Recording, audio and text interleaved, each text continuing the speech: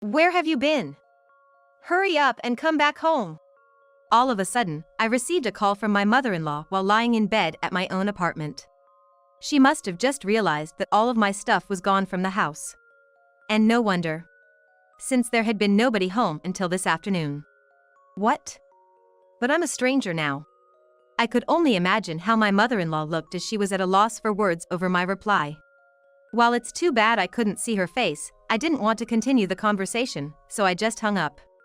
She kept calling back several times, but I ignored them all. What a breath of fresh air it was. I had moved into my in-laws' house 3 years ago. After dating Hugo, who was my coworker at the time, for about 2 years, we decided to get married. It didn't take long after our marriage to realize that moving in with his family had been a mistake. Instead of returning to the apartment where I had lived alone, we came back from our honeymoon to the Smiths' house. From today, this is your home, Emily. Let's work together and support our family from now on. Hugo stopped the car in front of the house and reached out his hand to me. I took his hand and replied with a smile, "I'm looking forward to it." I really believed that everything would work out living with such a kind-hearted Hugo. Since we got home late at night, we agreed to postpone the greetings until the next morning. Driven by the thought that I needed to wake up earlier than anyone else on my first day of living with them, I woke up at 5 a.m. the next morning. When I got out of bed and headed to the kitchen, I found that my mother-in-law, Mrs. Smith, was already there cooking. "Good morning, Mrs. Smith. I made it back safely last night. I'm looking forward to living with you." But no response came from my mother-in-law. When I raised my face, Mrs. Smith continued to move her hands without looking at me. I knew she could hear me, but as I was about to say, I heard a disdainful click of her tongue. "For a daughter-in-law to be waking up at this hour is outrageous.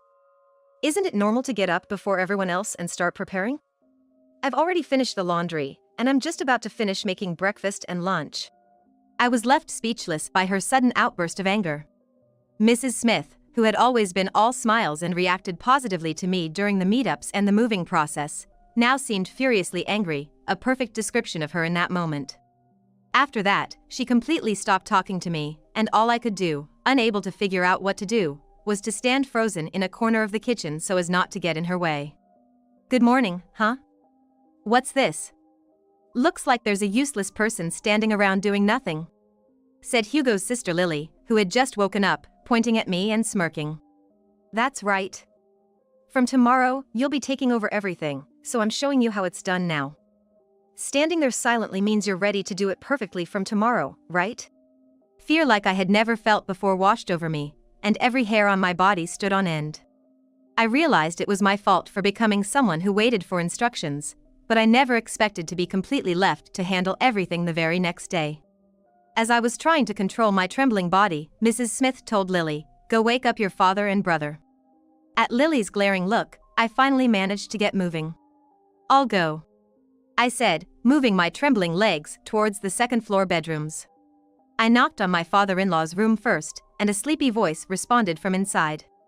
Next, I opened the door to the bedroom where Hugo and I slept to find that Hugo seemed to have already woken up.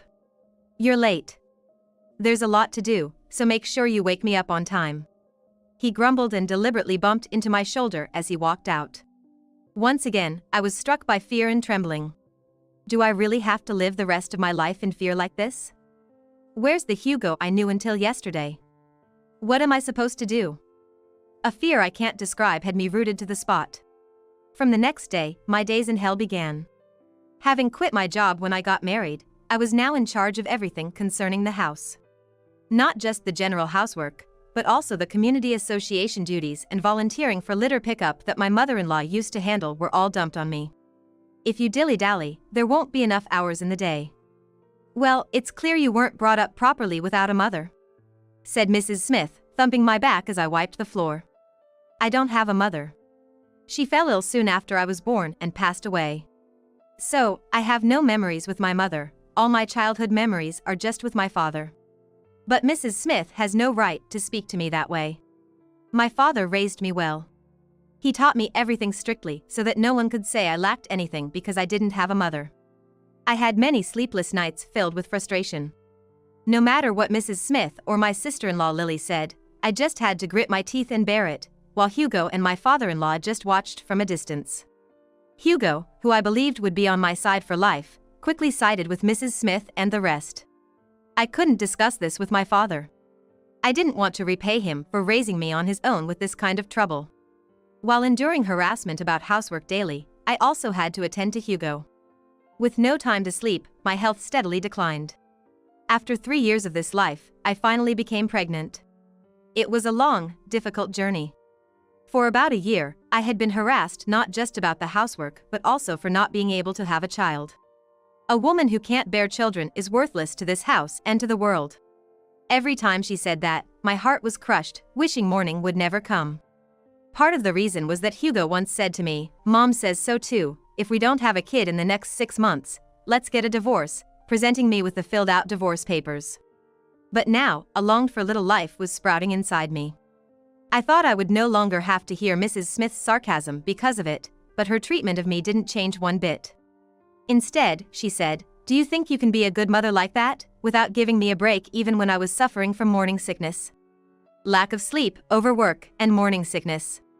I used to look forward to the day I would meet my child, but by then, I had started wishing I could just give up the pregnancy. Even as the morning sickness gradually subsided, frustration with my uncooperative body grew. I had hoped having a child would break the cycle of daily misery, but I realized that was not the case. I thought I had no choice but to run away or give up when suddenly my father passed away. It was so sudden. Apparently, he had been telling his colleagues at work that he wasn't feeling well. Perhaps knowing his time was short, a will was found on the desk in his study. As expected, all the members of Hugo's family, except for Hugo himself, didn't show up at my father's funeral.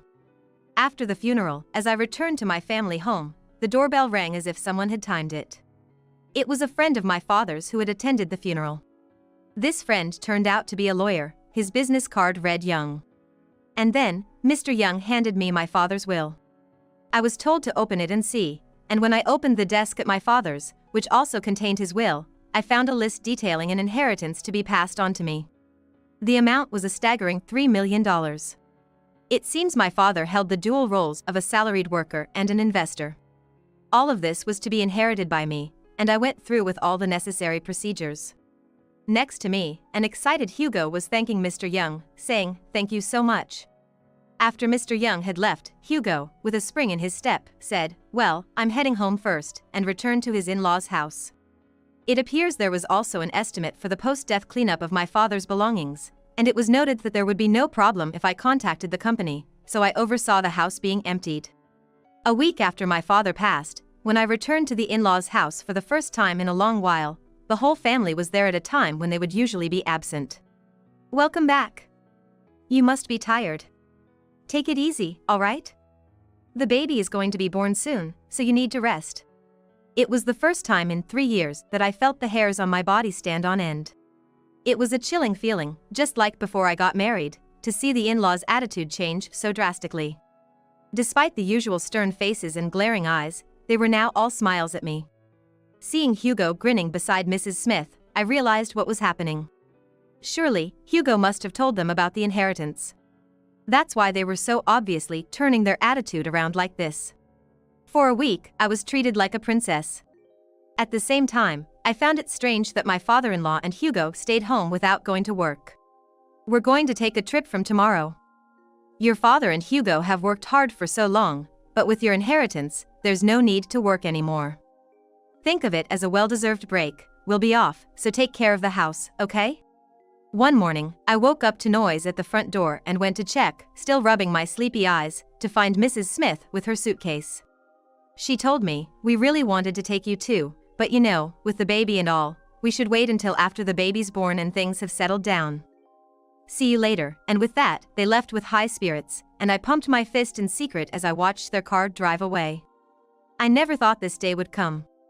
The moment I had been longing for had arrived in the most unexpected way. I quickly went back inside, packed my few belongings into a large suitcase and a single cardboard box, and moved straight into Mr. Young's place. In fact, over the past week, I had been carefully planning this escape with Mr. Young. The diary of harassment I had been subjected to, the recordings on my phone I thought might come in handy one day, I was told they would be useful, and I didn't forget to bring them. And I also had the divorce papers that had been thrust at me when I was told, if we can't have kids, let's get a divorce. Signed by my in-laws, even the witness section was filled out. The submission to the office went through without a hitch. And I felt all my strength drain away the moment it was all over. Later, I moved into an apartment Mr. Young had arranged for me and was taking some time to rest when Mrs. Smith contacted me. "Where did you go? Get back here right now." They must have returned from their trip and noticed that all my belongings were gone. Looking at the clock, I realized that 5 days had passed since I left my in-laws' place. Time sure flies, I thought, as I responded to Mrs. Smith. "Huh? I'm a stranger to you now." Mrs. Smith seemed to be at a loss for words. "What are you talking about? We're family, aren't we? It's not like we're strangers." It sounded like Hugo was on speaker. And I could faintly hear Lily and my father-in-law's voices agreeing in the background. "That divorce paper you handed me, filled out and all, that meant you wanted a divorce, right? So, I just did what you wanted, got a divorce. I'm sick and tired of being treated like a maid in that house." It was then that I first realized I could stand up for myself so firmly. Rather, I wish I had started doing this much sooner. "Huh? What are you talking about? That was just to say that divorce might be on the cards. I never meant it seriously." I could hear Hugo and the others' voices becoming frantic. "Well, the divorce is done, no helping it now. Let's get on with the property settlement. The inheritance you received, $1.5 million, that's Hugo's, right? When are you gonna transfer it?" "Oh, was Mrs. Smith, my mother-in-law, this unreasonable?" I sat up, perching on the edge of the bed. Inheritance is considered separate property, which means it's not subject to division during a property settlement. So I don't have anything to give you. In fact, it looks like I'm the one who should be getting compensation for harassment and a share of the property. Upon hearing this, the in-law family's outcry was unimaginable. I quit my job, and what about the payment for the trip? How are we gonna handle that? Their complaints were audible. I couldn't help but let a smirk cross my lips. Poor things. You've reaped what you sowed. How much did you spend on this trip? I bet you had more fun than you could ever imagine. Well, you're gonna have to work hard to enjoy life as much as you did on your trip. With that momentum, I hung up the phone and quickly blocked all the in-laws' contacts. The family home where my father lived is already being managed by a realtor, and they don't know the address of this apartment. If I don't agree to meet them, I doubt I'll ever see them again. Later, I was informed by the realtor that they'd been arrested. Apparently, thinking I had fled to the family home, the four of them broke into what they thought was an empty house by shattering a window. But there was nothing inside, just the ringing of the security company's alarm. Ignoring the alarm, they searched the house and, finding nothing, were subdued by the arriving security guards and the police. I was relieved that this happened after I had received the compensation and property settlement. I haven't been informed about what happened to the in-law family afterward. They must be making a living somehow, but I have no way of knowing since I don't have their contact information. A while after the in-laws were caught, I gave birth to a healthy baby boy. I named him Max. A name filled with the hope that he would see the truth and live sincerely. I haven't touched my father's inheritance and am living modestly on what I earn from my part-time job. Life might be tough ahead, but for my dear son's sake, I plan to keep looking forward, discerning the truth as I go. A measly $5 condolence money is plenty for a poor single mom, huh? Tossing a coin like flipping a nickel isn't appropriate anywhere, let alone at a funeral home. If someone did that, it would be no surprise if they were considered to have tossed their common decency as a person aside. And there stands such a person right in front of me. To think that it's my former boss just turns my anger into sheer disbelief. He's grinning now, but it didn't take long for his face to turn ashen. My name is Julie, and I'm turning 28 this year. Still unmarried, I live with my mother who raised me single-handedly. Until a few years ago, my brother Kevin also lived with us, but he's currently on an overseas assignment. Though Kevin is also single, he seems to be enjoying his life abroad. Economic reasons forced me to give up on college, so I went straight to work after graduating from a vocational high school. After my father passed away when I was in elementary school, I saw how hard my frail mother worked to raise us, and I wanted to repay her kindness as soon as I could. That's why I worked hard in vocational school, earning several qualifications and managing to get a job in one of the big local companies right after graduation with just a high school diploma. My mother, of course, and even my teachers praised me. Since the company rarely hired anyone without a college or professional degree, it was considered quite an accomplishment for the school. In that company, I worked my tail off to repay the favor of being hired, and I took care of household chores since my mother often fell ill. I wanted Kevin to properly graduate from college, so I put my life on hold and supported him. Thanks to my efforts, Kevin was able to continue his education, and I managed to get my mother to retire from her job. My hard work at the job was recognized, and I was assigned to the sales department. When my boss said, "Office work is fine, but sales suit you better," I was full of anxiety, but it turned out he was right, sales really were my thing. My performance soared, and in no time I surpassed my peers and became the ace of the team.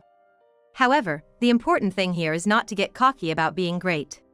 In reality, I've grown with the support of many people, and it's not just my own effort that has gotten me here. While supporting each other every day with my colleagues, the sales manager who had been looking after me for years got transferred to start up a new branch. He was essentially part of the founding team. They asked me to come along, but I turned it down because I live with my mother. The person brought in to fill his shoes was Mr. Nunley, someone the president scouted for his skills. Certainly, Mr. Nunley was good at his job and had a polite and prompt manner, which made him quite popular with our clients. However, he gradually began to stand out in a bad way within the company. Despite this, because he was competent at his job, the boss, who had scouted him, had his reputation on the line, and I believe everyone was really putting up with a lot. I felt the same way, having been made to feel uncomfortable by Mr. Nunley on numerous occasions. When I was new, Mr. Nunley said, "Let's go visit some clients together." Not realizing his true nature at the time, I happily agreed. We made a good impression on the clients, and even secured a new contract right there, which led him to suggest we go out for drinks to celebrate. I had no reason to decline, so we found a nearby bar and toasted. Then Mr. Nunley started pushing me to drink more and more. "Julie, you can really hold your liquor.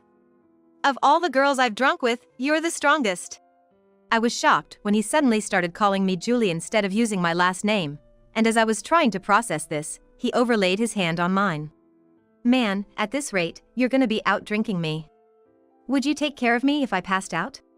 His hand felt clammy and disgusting, and it made my skin crawl. Although I had dated a few guys before, I had never felt such revulsion, and without thinking, I pulled my hand away. "What's the matter? Didn't like that?" "No way, you're not saying that, 'cause you agreed to come out for drinks, right?" He looked at me with a creepy smile that made me shiver, and he reached for my hand again. "Or what? You know what would happen if you refused, right? I'm your boss. You get that, don't you?" This time he didn't just place his hand on mine, he gripped it tightly, and I had reached my limit. I shook off his hand. "Sorry. I'm not feeling well, I need to leave. This is for my part of the bill." I pulled out a $50 bill from my wallet, slammed it on the table, and quickly left the bar. I knew $50 was too much, but at that moment, I didn't have the luxury to think about it. "You'll remember this next week." Mr. Nunley's words hit my back, but without looking back, I frantically ran all the way to the station. Once there, I rushed into the bathroom and scrubbed the place he touched until it was red, and then I started to cry softly. My father would have been close to Mr. Nunley's age if he were still alive. I didn't mind being shown affection, but I just couldn't accept it from someone my father's age.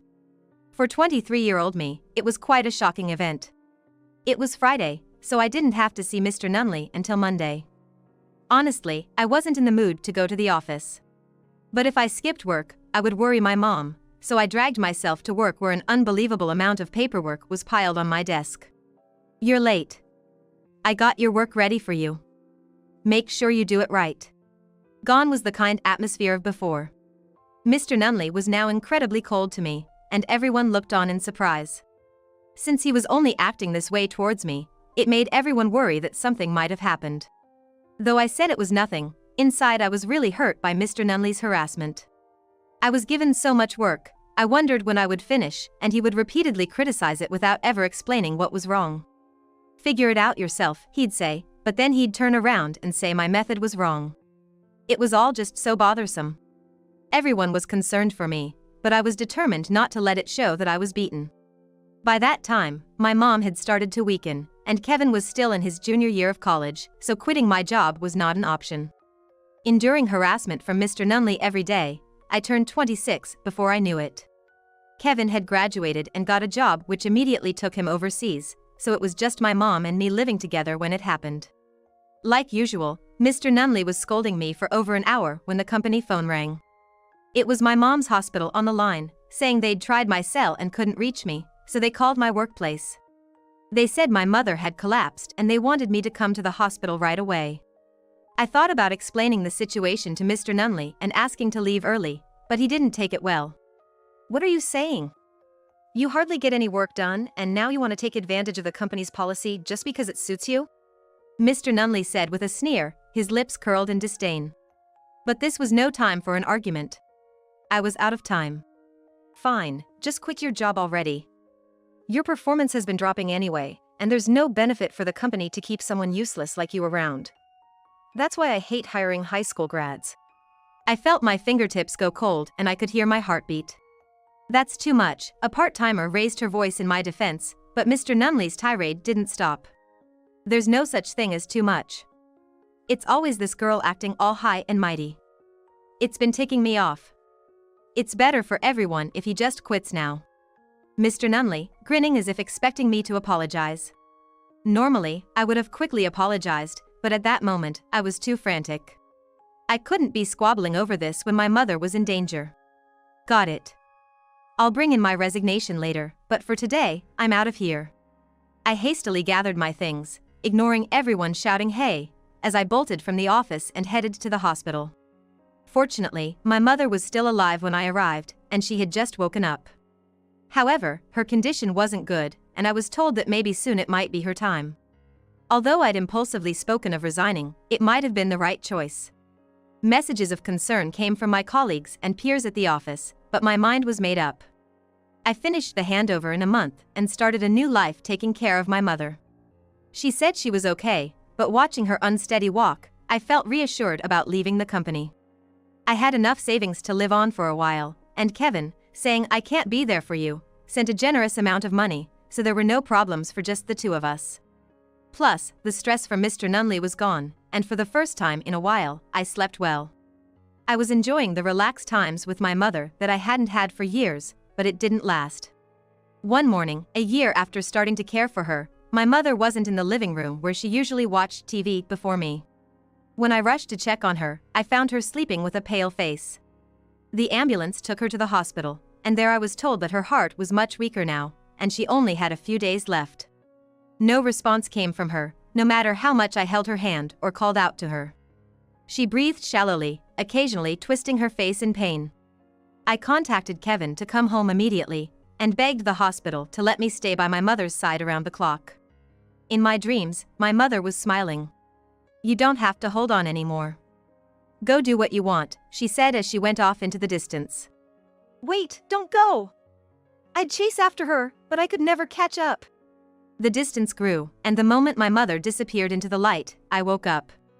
In a panic, I checked the monitor attached to my mother's heart, and it seemed to be working, faintly. Relieved, I took a breath, and that's when the door opened and Kevin walked in. Silently, he grasped my mother's hand, and for the first time in days, she opened her eyes. "Welcome back." She squeezed our hands tightly and murmured. The moment Kevin and I exchanged looks, a flatline alarm sounded. My mother must have been waiting for Kevin. And with the last of her strength, she woke up to say goodbye to us. That day, my mother set off to join my father. At my mother's funeral, her friends and my former colleagues came to pay their respects. They all paid tribute to my mother and offered us their condolences.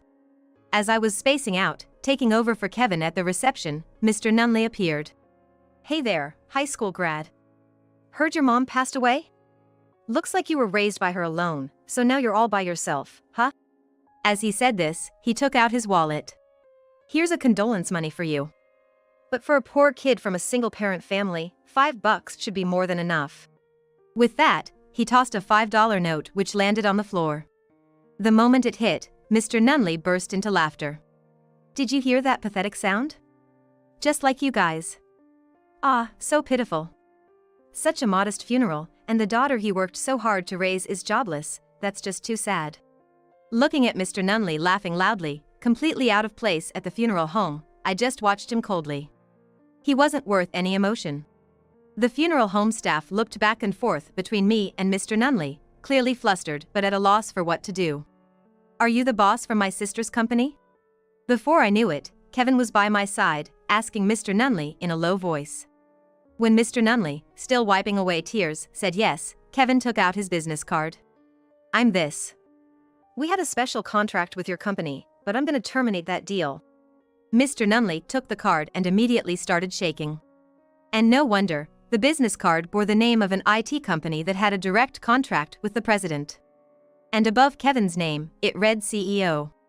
I was as unaware of this as Mr. Nunley was, and when I looked at Kevin, he had a mischievous smile. "A company with employees like you is not one we can do business with. We don't need this $5 either, so would you please head back right now and report to your president how your screw-up is gonna cost your company millions?"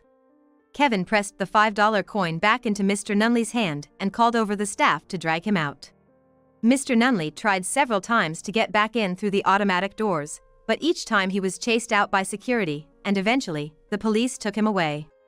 Later on, the president came to my house with a box of sweets. Despite everything, Kevin decided to continue the contract with the president's company but under the condition that Mr. Nunley be fired.